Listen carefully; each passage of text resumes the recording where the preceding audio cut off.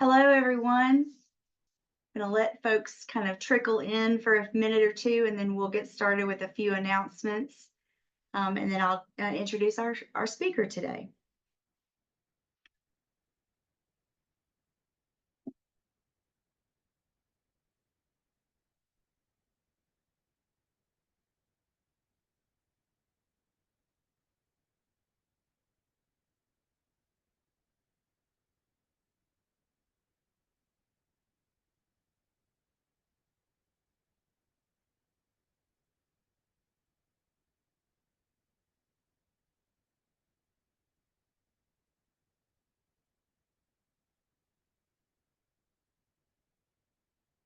Okay. Looks like we have a few folks, and we'll probably get a few more coming in over the next few minutes. But I just want to, first of all, welcome everyone to our Ed series. Today we have a really special topic and a really wonderful speaker, Carrie Morris, with us, and I'll be introducing her in just a minute. I do want to just first and foremost let you know that we've got some really exciting other events coming up, and we want you to all be a part of it. So please check out our website at mhaspartanburg.org. And we have also our Facebook page as well as our Instagram. So check both of those out. We are often posting educational information, and we'd love for you to follow us, like us, and get the word out. We've Hayden Lancaster, who is our marketing and communications person. She does an excellent job. Also, she does a monthly newsletter with a lot of great information in it. So if you're interested at all, if you haven't been on our email list, please let us know. You can either reach out through the website or you can email me. I'm Maggie Gainey, the interim executive director, and my email address is info. I'm going to put it in the chat at mhaspartanburg.org. And that's the best way to reach me. So please don't hesitate to reach out to us. Just a couple other quick announcements. This is part of our Ed series. We have 6 over the course of the year. And our July one and our January one typically are virtual only. But we have one coming up in September and then another one in November. So our September 12th will be hybrid. We'll have virtual. We'll also be in person at Mary Black Foundation in the conference room there. And that will be Bria Whitehurst. She's going to be talking about healing mind, body, and soul. Discover the art of managing anxiety within the body. And then on November 14th, we have Alicia Contner Williams, who is a supervisor with Within Health, and she will be talking specifically about disordered eating.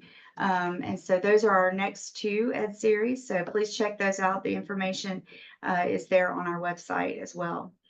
And then on October 11th is our annual Mental Health Symposium, and this is our 9th annual Mental Health Symposium. I'm really excited about that. We have 5 excellent speakers that will be coming for that. The topics include traumatic brain injury, feeding the brain, so how nutrition affects the brain and the central nervous system, serious mental illness, and human trafficking. We also have a national speaker from the National Marijuana Institute who's going to be talking to us about some of the latest research on marijuana and its effects on psychosis and violence. So it should be some really, really good information that day. And we will be posting information specifically about how to register for that in the next month. So just be on the lookout for that. And most of the listservs that you all are involved in should be getting a copy of that via email as well. So, but it will all be on our website, Facebook page, and Instagram, along with award nominations. If you've ever been to our symposium, we do give out a few awards on that day, Advocate of the Year, among many others, and we will have nomination forms for those awards posted on our website, as well as the Facebook page and Instagram. So check that out. We also will be having sponsors, and if you'd like to be a sponsor, the information about what is included in a sponsorship level will be on the website as well. As far as CE information, if you are wanting to get continuing education for credit for today, it is 1 hour credit. There is a survey that you need to fill out at the end of today. I'm going to also post this link in the chat, but it will also be in the email that you receive after today. If you went through the registration process, we'll have that information to you after the end of today's presentation. And if you have any questions at all about the continuing education piece, I'm going to put Elaine Swain's information also in the chat. She is our representative at Spartanburg Regional that does all of our corporate education, continuing education certification for us. So please don't hesitate to reach out to her or me if you have any questions at all about getting your continuing education units. All right, without further ado, I'm going to introduce our speaker today, Carrie Morris. She's a licensed marriage and family therapist. She graduated from Converse College here in 2019 with her master's in marriage and family therapy. She is co-founder and COO of Berkana Collective, which is a group therapy practice focused on the kink, queer, and non-traditional relationship communities in the upstate of South Carolina. She very recently, as of yesterday, got her certified sex therapy certification. So we're really excited for her with that, and glad to know that we have somebody who has those credentials in our community. So Carrie has completed all the coursework for the sex therapy certification at this point. She is a very compassionate yet straightforward therapist, and she strives to create a safe space where individuals and relational systems feel heard and supported as they explore their unique sexual landscapes. She is adept at diving into the complexities of physical intimacy issues, including sex dysfunction, power dynamic challenges, trauma processing, and mismatched desire, among, I'm sure, many other things that she's encountered over the years. Her favorite human experience is belly laughs through tears, which makes a lot of sense that Steel Magnolias is her favorite movie in that regard. So Carrie, we are so glad to have you today, and I'm going to turn it over to you now. And I'm going to, one other thing, if you have any questions throughout the presentation, don't hesitate. You can either post them in the chat or in the Q&A box at the bottom of your screen. I will be monitoring that as we go along. We'll try to hold most questions till the end, but if there's something that seems very pertinent to what we're talking about at that moment, I'll let Carrie know to try to address it in the moment. So, all right. Thank you so much. Carrie, over to you. Thanks for that great introduction. Hi, everyone. I'm Carrie Morris, like Maggie said, and today we're really going to talk about defining the scope of sex therapy and kind of give you a guide for when to refer out to a sex therapist. And let's get started. So let's see here. Yep. All right, there we go. So what is sex therapy? Sex therapy really covers a lot of different therapeutic issues that pop up under physical intimacy, emotional intimacy, sexual dysfunction. And so what falls under sexual dysfunction is anorgasmia, which is the inability to orgasm. You have vulvodynia, which is a pain on the outside of the vulva on the entrance of the vagina. Vaginismus, which is a body's defense against penetration. It comes from a lot of anxiety. And so what this is, it's the body's natural defense mechanism, and it really clamps down the vaginal muscles. And this is something that is workable with sex therapy. And also I work a lot with gynecologists and pelvic floor therapy therapists to help those clients. Another thing is, of course, erectile dysfunction. I like to call it penile disappointment. Erectile dysfunction, even sexual dysfunction. Sometimes those words are kind of triggering because it seems like something's wrong with the client, and that's never true. You know, there's nothing wrong with these clients who are dealing with vaginismus or erectile dysfunction. So I always call it penile disappointment. Delayed or premature ejaculation also falls into this stratosphere. And so then the next thing is performance anxieties. A lot of physical intimacy issues, even sexual dysfunction, fall under performance anxieties. You know, the worst thing for a lot of people for an orgasm is to have pressure on, come on, orgasm, let's get it together, let's go. And that can cause a lot of issues in the bedroom. As far as intimacy and relationship problems, you have communication, the emotional connection, just communication, intimacy, mismatched desire, which is something Maggie mentioned there. And that is when one partner wants physical intimacy a lot more than the other. I see a lot of couples with this issue, and a lot of times, you know, they come in to work on the mismatched desire, and we find out there's a whole lot of other intimacy communication problems that are flowing into that kind of pinpoint. And so we have to kind of back up and look at the system as a whole. Power dynamic issues as well in a relationship. I think as a sex therapist, I kind of always have power dynamics in the back of my head. Polyamorous and ethical non-monogamy support, and of course, infidelity repair. Then we have sexual orientation and identity exploration. We see a lot of LGBTQ issues here at Berkana, as well as we offer gender transition support. So really knowledgeable of what that process looks like for transgender clients, with different types of letters of support, how they can get their driver's license changed to match their identity, and those types of things. Then trauma healing.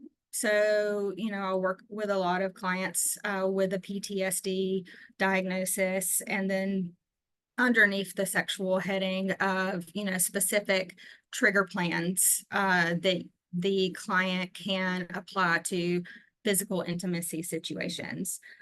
And then, of course, religious trauma is in there as well. I see a lot of religious trauma, and where people have been told their whole life that, you know, sex is really shameful. Maybe their sexual orientation or their identity is shameful, and now they're having a hard time really translating how they feel and what they believe now in 2024, you know, because of what they were taught, because of those dominant discourses.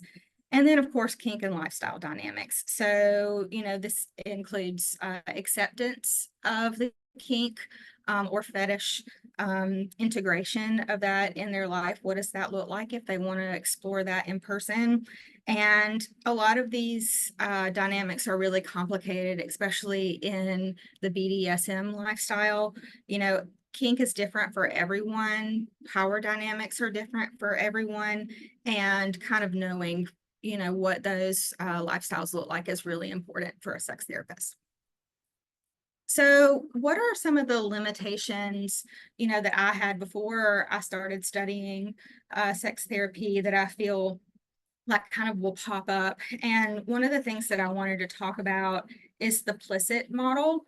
And so the Plicit model helps us determine the levels of care or the levels of intervention for clients. And this is something that we're taught in our sex therapy training. And how it works is when you have a client and they're maybe coming in and they're talking about a specific fetish or a specific kink that they have, or really anything, this is kind of what you can go through to ask yourself, like, where are they on this level and where am I in helping them with this issue? And so the first thing is permission, just giving the client space to speak in a non-judgmental environment, which sometimes that's all the client needs. I've had clients come in before and just come in for an intake and just kind of let it all out and, say like, hey, I have this desire. What does this mean? Like I've had it for a long time. And then when it's, listened to and kind of normalized, sometimes that's all that they need. And sometimes 1 or 2 sessions really helps them like, okay, I got it out. Someone else knows. Now I feel like I can move forward with a little less judgment on myself. So in that area, we are all very capable of giving clients permission to, like share and create that safe space for them. And then the next one is limited information. And so limited information is like, okay, they give us a problem or they start talking about a specific thing, and we're able to really like point them in the right direction of stuff. So maybe online resources, support groups, reading literature, we can say like, hey, I see that you have this, thing going on. Maybe I need to refer you to someone or a support group. And so still, I feel like, like that's all falls within our scope of practice. I know, sometimes I will refer out clients to different types of support groups if I feel like they need a little bit more assistance in some areas. The next part is specific suggestion. So this is where we start kind of getting into intervention. And so your client comes in with an issue and you are like, hey, I think that I can give you this suggestion, or maybe we can work on this technique that may help this specific problem. And, like this could be homework assignments. Again, it could be reading. Hey, let's read this and then let's come back in and process what we read. So this is where we're starting to get into, okay, do I have enough specific suggestions in my toolbox to be able to, help the client with this issue? And then of course, the next is intensive therapy. And so when we see that the client really needs additional work, we need, like sex therapy, or even in my world, I would refer out to someone who does EMDR, or someone who, something that happened to me recently is I needed to refer out for mediation because a client decided to separate. And they started talking about who was getting the house. And I'm like, whoa, this is going to need, outside of my scope of practice. I hear it in my head. And so that way we can know when to refer out. And I don't know about y'all, but I sometimes feel it in my body, when a client starts to kind of talk to me about things and I'm like, I really don't know, what to do with this. And I take that moment to ask myself, okay, do I have the specific tools this client needs, or is this something that I need to refer out for? The next thing is comfort and experience. I think that, a lot of things come up in sex therapy that are uncomfortable.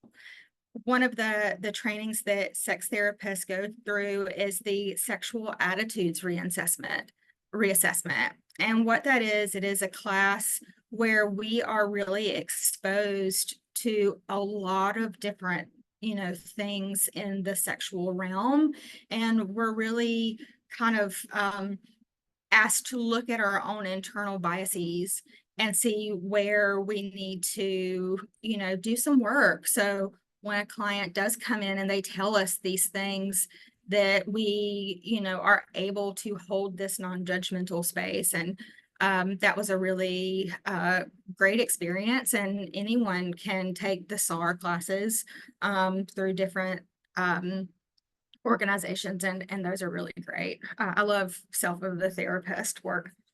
So the next one, of course, is specific techniques and interventions. One of the big ones we use in sex therapy is sensate focus.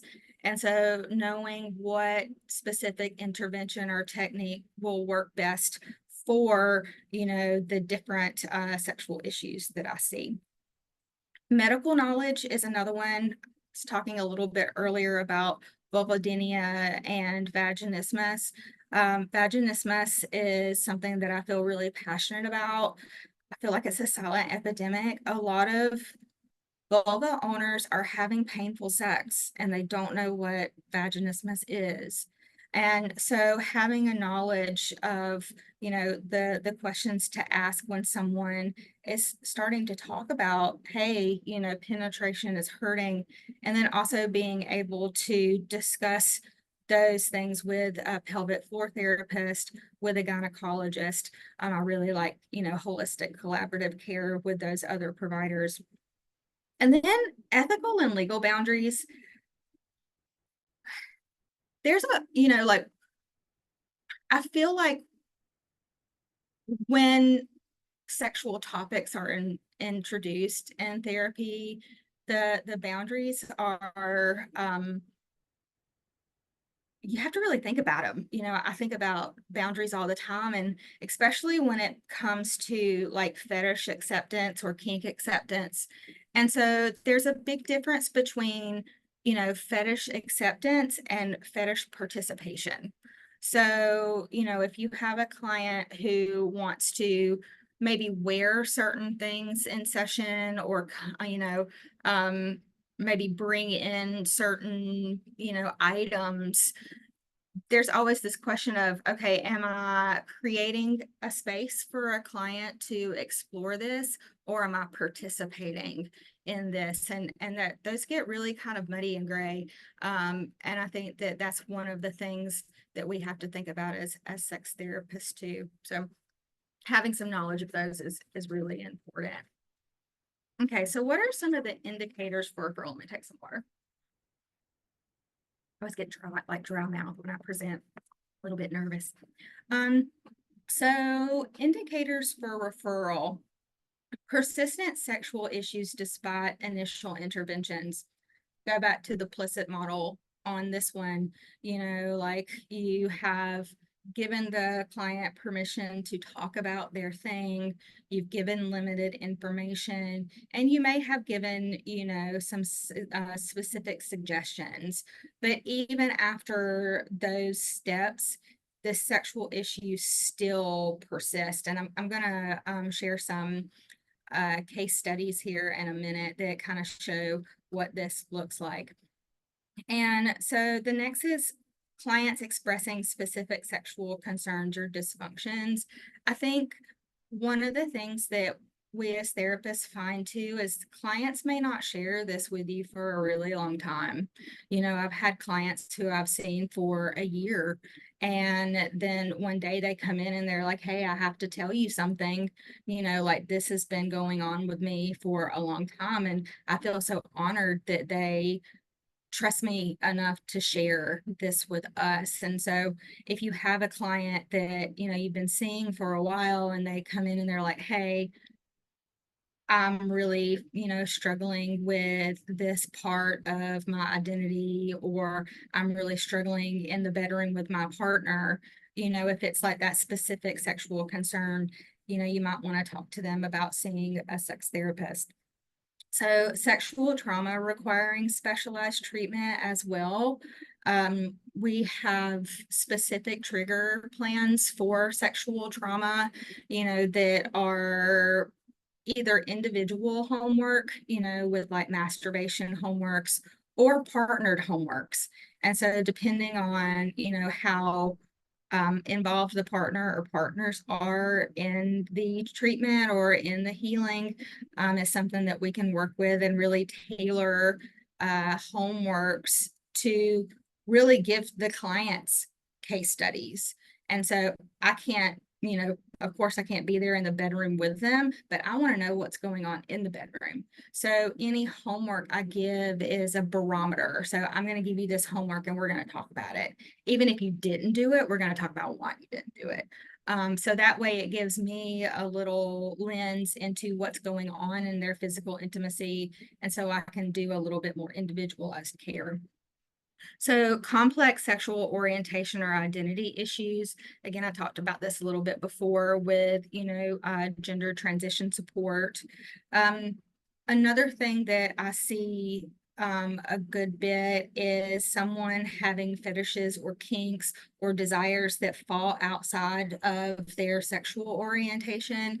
And so a lot of time there's a lot of confusion about this. So what does this mean for me? You know, if I like this type of pornography, or what does this mean for me if I'm having these thoughts? And so it can sometimes get really complex when we live in a society. I think it's getting better. You know, sexuality is on a spectrum, but you know, still in a lot of different communities, you're either straight or gay, and there's not a lot in between. And so there's a lot of complexity in that spectrum that we work with. Relationship issues that center around sexual intimacy. Again, I think this one's a little bit self-explanatory. You know, if a client comes in, you may be working with a couple, and then they start talking about the bedroom, and maybe they're having arguments about mismatched desire, or they're having arguments about, you know, oh, you know, you never orgasm, so that means that you don't love me, or you're not sexually attracted to me anymore. Those types of things are some issues that could be centered around sexual intimacy. And then clients belonging to lifestyle communities. So I do have clients that come in and see me, and they're working on, you know, life issues.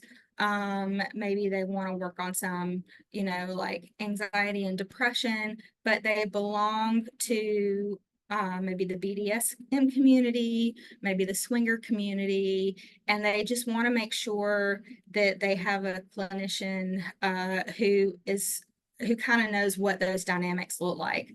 And so that way, if they, you know, talk about, like, if they're in a 24/7 dom sub relationship, you know, that when they say something like, oh my goodness, my, you know, my dom spanked me 7 times yesterday, you know, like, I don't bat an eye. I'm like, all right, let's just keep on trucking with what we're talking about. So sometimes clients just want to know that their therapist is really accepting of that. And I'm sure some of you already are already with the acceptance. Okay. So let's go into I have 3 case studies for y'all today. How are we doing on time here? Okay, we're good. So Janie is a 28-year-old woman with a history of sexual trauma who struggles in intimate relationships. She has been in trauma-focused therapy for PTSD and has made progress in managing her symptoms. She is in a supportive relationship and wants to work on improving her sexual intimacy. Even though she has made great strides in learning to trust her partners and feeling worthy of love, Janie still struggles with physical intimacy. She reports feeling anxious when her partner initiates sex and will sometimes become emotionally flooded during foreplay. So I think this is a really good example of that implicit model. It's like, okay, we've given Janie permission to talk about her trauma. You know, we have given her limited information, and even, you know, specific suggestions. So she may have been doing EMDR with a therapist, which is out of my scope of practice. I'm not certified in that. And so she's done a lot of really great work around managing the PTSD symptoms. But when it comes to physical intimacy, you know, she still really gets anxious in those spaces. And so there's a lot of things that we could do here. With this case, I think back to a sensate focus, which is non-demand touching. And so when it's her and her partner are able to have physical intimacy without the expectation of penetrative sex or oral sex or whatever she defines as, you know, like sex. And we can work on different types of foreplay, or when exactly does she become emotionally flooded? Is it throughout the foreplay? Is there one specific event that happens that you have that trigger? And so we can work with Janie and we can work with her partner to really see what's going on in that scene and figure out how to work through some of those anxieties so she can, you know, enjoy physical intimacy, sex, and orgasm. So the next one, let me take a look more. So the next case study we have here. So Steve and Miguel have been in couples counseling to repair the relationship after Steve had an affair. The therapist has done a great job mending the feeling of security in the relationship, and both partners are committed to making the relationship thrive. Upon adding physical intimacy back into the mix, Miguel reports escalating troubles with maintaining an erection. The therapist processes anxieties related to performance, but the penile disappointment persists. So again, if we go back to our implicit model, couple has come in, they've really like worked on healing. I'm sure some of you do infidelity repair. And they've really gotten to a good space. And so had permission, you've done specific suggestions for them, and you've even done intense therapy with them to get them back into a place of recommitting to their relationship and making this new relationship now that they are really, they've processed this affair. But, you might even get to where Miguel, you kind of know, like, hey, Miguel may be feeling insecure in the relationship, or maybe he doesn't feel insecure, but his body is still holding, the body keeps the score, right? So it's still holding those anxieties for him, and those anxieties are popping up during physical intimacy. And so referring to a sex therapist may be a good idea to really get some specific interventions for Steve and Miguel to work on together. And so they can tackle this problem and continue moving forward. So Lisa and Eric have been coming to couples therapy to work on communication and increasing intimacy. During one session, Eric brings up that Lisa never wants to have sex with him. She expresses that she doesn't enjoy sex, and this is a big source of conflict in the relationship. Upon further discussion, Lisa tells the therapist that sometimes sex hurts, so she dreads penetrative sex. Lisa discloses that she spoke to her gynecologist about the pain, and they were informed that there's nothing medically wrong with her vulva. This happens a lot, and clients tell me all of the time, maybe they go in and they say like, hey, sex is hurting, and the gynecologist kind of checks it out and they're like, yeah, everything looks good to me. And there's a lot of really, really great gynecologists in the area that are very well informed of vaginismus and pelvic floor therapy and those types of things.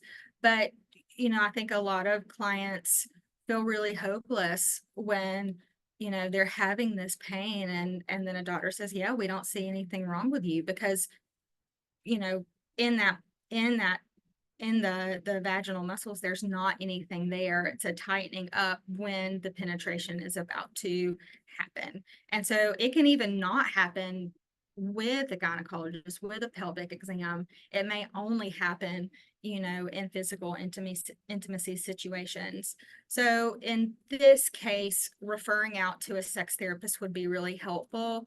The sex therapist would be able to do, a pain assessment, a sexual pain assessment, and then, refer to a physical therapist. And if you have someone who has, sexual pain, you referring them to a pelvic floor therapist is going to do a lot of great things, because there's some really great pelvic floor therapists in our area as well. So the referral process, so how to discuss referral with a client. I think the first thing to figure out, is this going to be a temporary referral or a permanent referral? So I consider myself a short-term therapist. I don't have a lot of lifelong cases, definitely not like me and my therapist. She's never going to get rid of me. And so it's a little different with me and my caseload. And so I really sometimes want to collaborate with a therapist.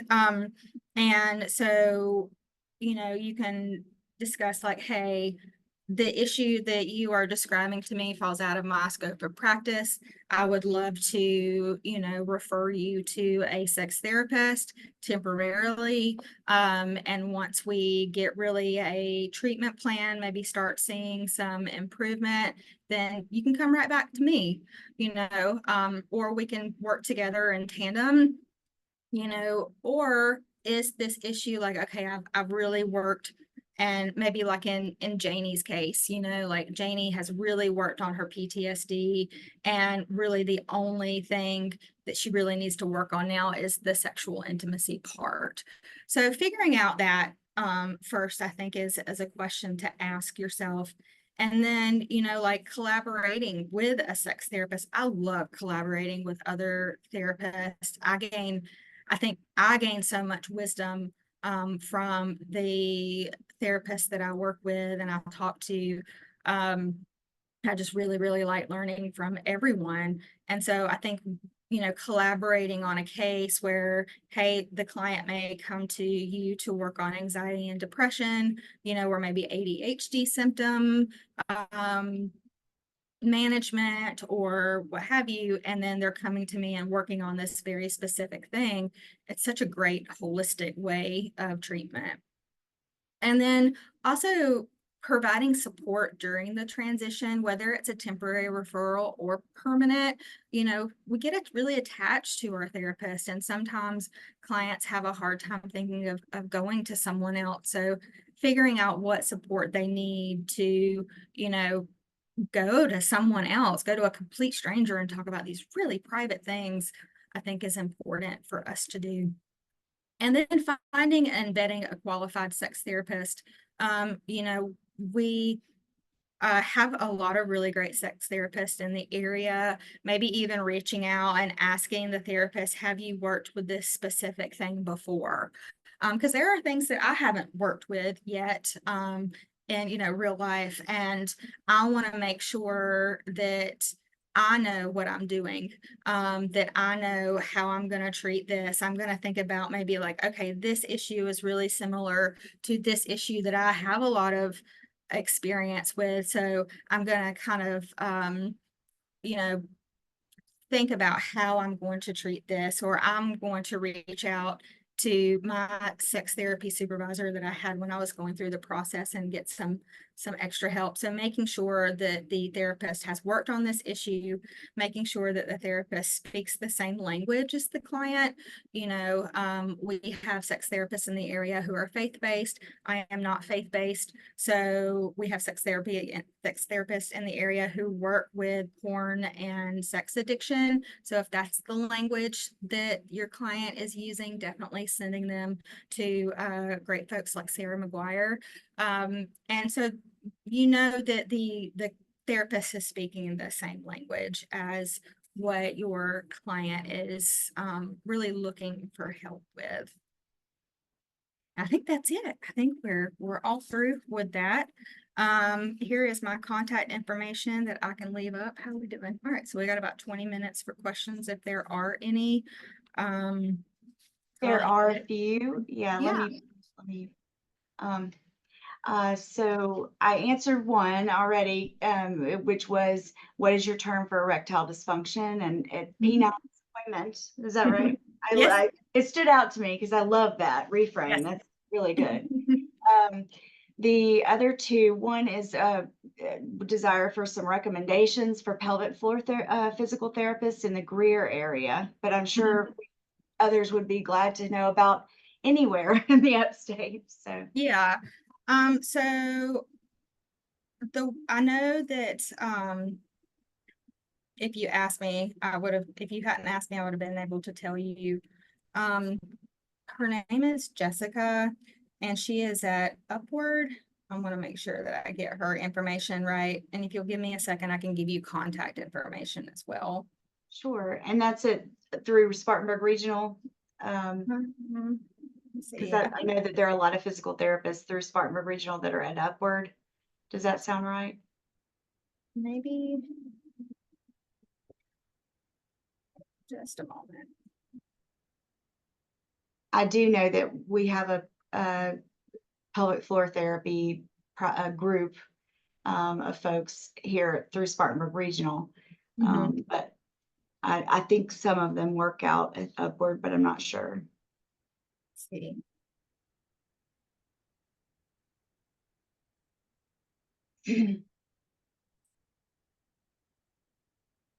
My goodness. excuse me, it's Onward Greenville. It's not Oh, up- my I had bad. Upward in my head too, but I'm Okay. glad I said it because it sounds like that's somewhere in your area in the Yeah. Spartanburg. And so Onward Greenville, they're physical therapist. And they're really great. Jessica does a lot of work also with postnatal care. And so she's really familiar with, what happens to the body during pregnancy, which I think is really important. And so she does a lot of that work. She has some clinicians there, and then her husband also does some like work with migraines and headaches, which I think is really cool. Wow. Okay. Um, and so they're definitely ones that I recommend a lot. Great. Another question is, where did you say there are different sex therapy courses we can take? Yeah. So if you look on the ASECT website, so if you go to the ASECT website, they have a calendar with courses that you can take. And there's just a lot of really great ones in there. Another provider that I know is really great is Affirmative Couch. They have some really cool trainings about, lifestyle, LGBTQ communities, that sort of thing. But definitely the SAR, the sexual attitudes reassessments, you can find those on the ASECT website. Just put the ASECT website in the chat. What was the second thing that you had suggested? I'm sorry. And yeah, Affirmative Couch. Affirmative Couch.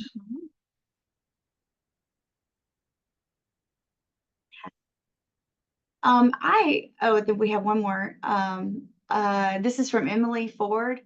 Also, I miss you, Carrie, and you're brilliant. She is brilliant. This has been very, very helpful. I have a question, just in terms of when you're doing these referrals, with other therapists, for just sort of targeted treatments. Do you have any issues with insurance covering both of you seeing them? I mean, I guess that's my concern, just thinking from a private practice clinician. Yeah. So I am out of network. I don't take insurance. A lot of the issues that I see are not medically necessary. I won't go into my rant about insurance. But so generally, if they're using their insurance for, like ADHD symptom management, or PTSD, they're probably not going to be able to get both covered, especially if they have out of network coverage. And so I do try, if a client wants to try to use their out of network benefits, but that does make things difficult. It does. Imagine just more better communication between I can't the hear you, honey. therapists. Oh, sorry. I just said I would imagine just better communication between the therapists to try to help coordinate that. And yeah. Okay. Are there other questions from the audience, either in the chat or on the Q&A?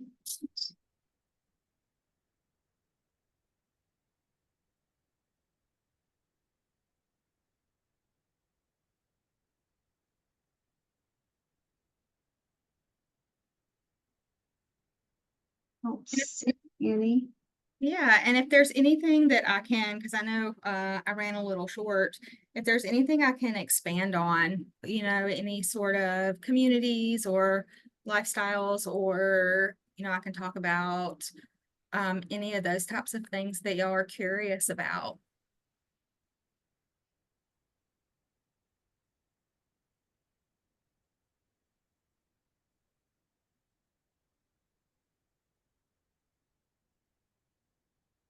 If someone were interested in learning more, for example, about the polyamorous community, or BDSM community, where would they go to Yeah. read about that? So I think definitely the ASECT classes Mhm. would be really great and fun. You know, I think some of those classes are really fun, especially ones that have a lot of conversation, you know, and talk about how these different things really can show up in folks' lives because they do look really different throughout. Um, I'm hoping to be also teaching some classes in the future on that sort of thing. And I know there are some organizations in Greenville, Spartanburg. I know Emerge has taught some classes on, you know, like ethical non-monogamy and polyamorous Mhm. relationships. I think too, you know, just, you know, getting some consultation from a sex therapist or someone who works with that community is really helpful. I don't know about y'all, but I really like just talking and being able to have that hour, you know, to be like, okay, this question's really coming up for me. What about this? You know, like, Ah, what do I do yeah. with this? And so if I think maybe even taking a class and then, you know, if you're really still interested or you have a lot of individualized questions, you know, seeking out consultation from someone who works in those communities. Do you provide consultation to other therapists in the I sure community? do. Okay, Yeah. okay. Yeah. I like doing that. And I think that, you know, just getting together, having a coffee and talking about some of these things can be really helpful. I know I've reached out to some folks. When I first started, I wanted to really learn more about infidelity repair. And so that was one thing that I felt like there was a little bit of a gap in my training. So I reached out to someone who they did a lot of infidelity repair work. And I'm just like, well, tell me about this. Well, what about this? Like, Right. yeah, what do we do with this? And wow, that's great. And what resources can I read? You know, like, um, and with that specific case too, we didn't I didn't pay her for consultation, but we did a swap. So, Okay. you know, like we swapped. And so uh she gave me 30 minutes of, you know, infidelity consultation, and I gave her 30 minutes of sex therapy consultation because she had a case that she needed some help with. And that was just so cool. And so there's different types of things like that. And yes, I do provide some consultation. I'm sorry, we're having a fire alarm go off here in Oh my no. office building, but I don't think I don't hear anyone running or saying we need to get out of our offices yet. So, Yes, yeah. but I apologize for the background noise. There is another question or I guess comment, but question as well. I had a client curious if there was a cuddle community in Greenville. This is from Hope Wood. Not that I know of. I know there is a cuddle community in Asheville that's more open to the public. The only cuddle parties that I've heard of in Greenville are private. And so I'm trying to think. Another resource that I know about and I've started working with, there is an online group. It's an online lifestyle community called Club Amore, and it's AMORE, Club Amore. And they are a lifestyle and swinger community that also really focuses on being inclusive, which is amazing. Yes. And so they have, I think it's, you know, it's almost like a Facebook, you know, they have a online platform where you can post, they have blogs, they have trainings. I'm going to do a training for that community soon. And you can really connect with folks in this area. It goes up into like North Carolina. So I think it's North Carolina and South Carolina that is in that group. And I think they're looking to expand too.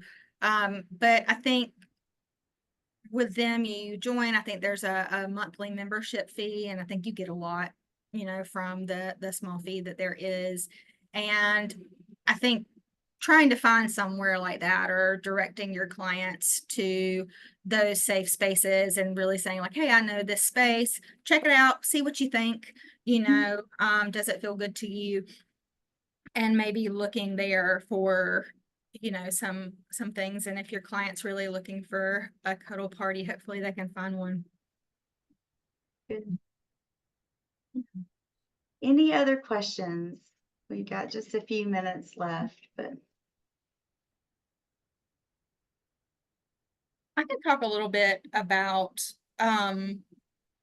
so I think one thing that pops up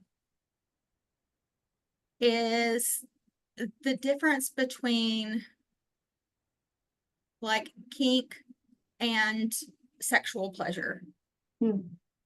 And I think this is one thing that I've heard where there's sometimes a kind of a misunderstanding in our culture that all kink is sexual, or all power dynamics are sexual in nature, and that's not necessarily true. And so what I'm thinking of, is like age play. We have clients who are, like into like daddy dom little girl power dynamics. And I think one of the big misconceptions is all of those power dynamics are sexual, and that's not necessarily true. And so that's something that you might want to know when your client is telling you, they're into maybe like a dom sub relationship, or into impact play, or really anything underneath the sun, is to kind of talk to them about, what kind of pleasure does this bring for you? Is it sexual pleasure? Is it emotional pleasure? Is it you're receiving, an amazing feeling of being nurtured?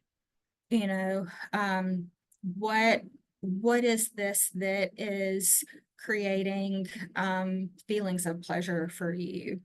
And that can really help kind of know where to steer, and especially kind of figuring out, who your client is, and what who they are. And I think on this topic too, I think a lot of people really do get lost in labels. So especially like polyamory, ethical non-monogamy, swinging, they say like, hey, I think that I want to be this. And then they go out and they, read some websites and read books, and then they try to fit who they are into the definition that they find. And so one thing I do is I say, okay, we're gonna not even talk about, like what you're calling yourselves in this moment. If it's a couple, like we're not gonna say you're polyamorous. Let's go back to who you are as people and what your needs are. Like how is this specific power dynamic meeting a need? And that way they can identify their own way of relationships. Because I think especially with ethical non-monogamy and polyamory, there's a lot of arguing about definitions in that. Like, well, we're hierarchical or we're not hierarchical in our relationship structure. One is, like one doesn't feel a great level of jealousy and the other one does. And the one that doesn't feel a lot of jealousy is like, well, we're polyamorous, you can't be jealous. I'm like, oh, yes, you can. That's a normal human emotion. So really thinking through, like who the individual is and what their needs are. Finding out how they're defining that, Yes. for themselves, which may be completely different than what the literature says about that particular lifestyle. So yeah, I mean, read all the literature, take what sticks and what feels good, and then, decide which parts are like, okay, I'm not sure if this really fits with who I am or what I need in my, relationships.